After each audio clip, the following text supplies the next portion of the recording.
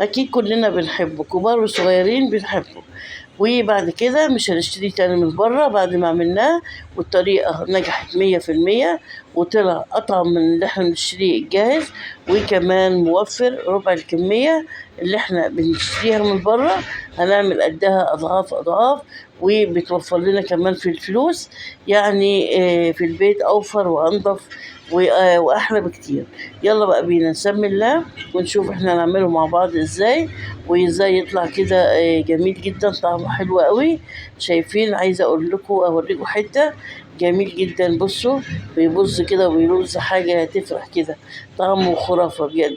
طعمه، انا خلصت الربع الكميه وانا بقطعه. شايفين الشكل جميل ازاي؟ شايفين؟ حلو قوي قوي قوي. يلا بقى بينا نسمي الله ونشوف هنعمله مع بعض ازاي.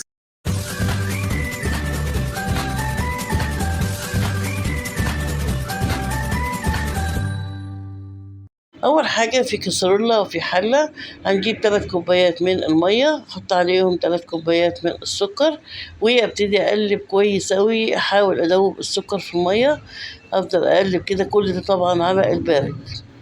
في الوقت ده محضرة ربع كوباية من عسل الكلوكوز.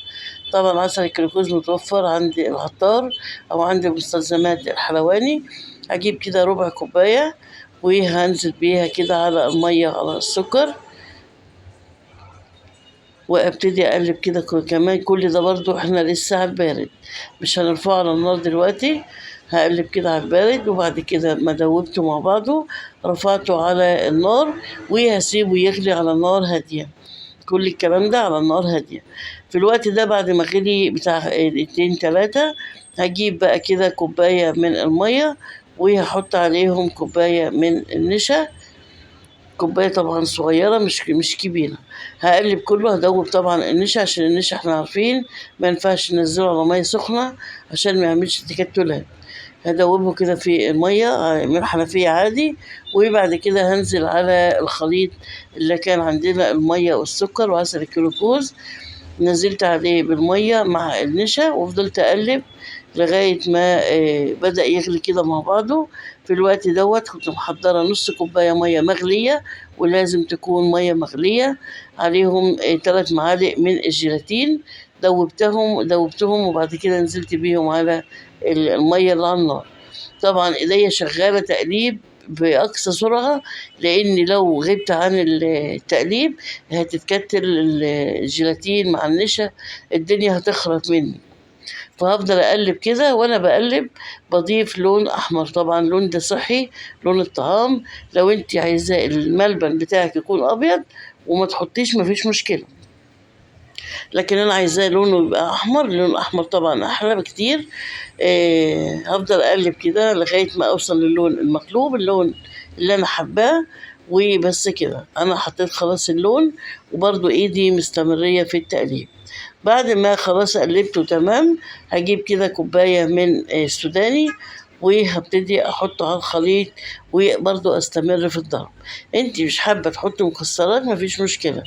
يعني اللون والمكسرات اختياري مش اجباري، مش حابة تحطيهم ما تحطيهمش.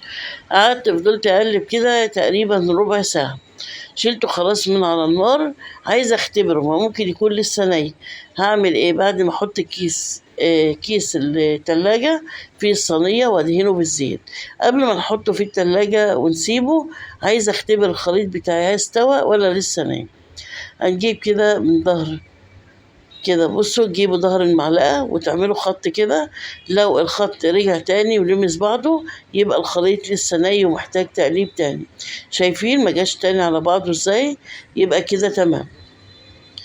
هنزل بقى كده في الصينية بعد ما فرشتها في كيس تلاجة ودهنتها بالزيت مسحة بسيطة كده، وأحطها بقى في التلاجة المهم. يعني لو عملت الخليط الصبح، الملبن هسيبه لغاية بالليل. لو عملته بالليل هسيبه لغاية الصبح.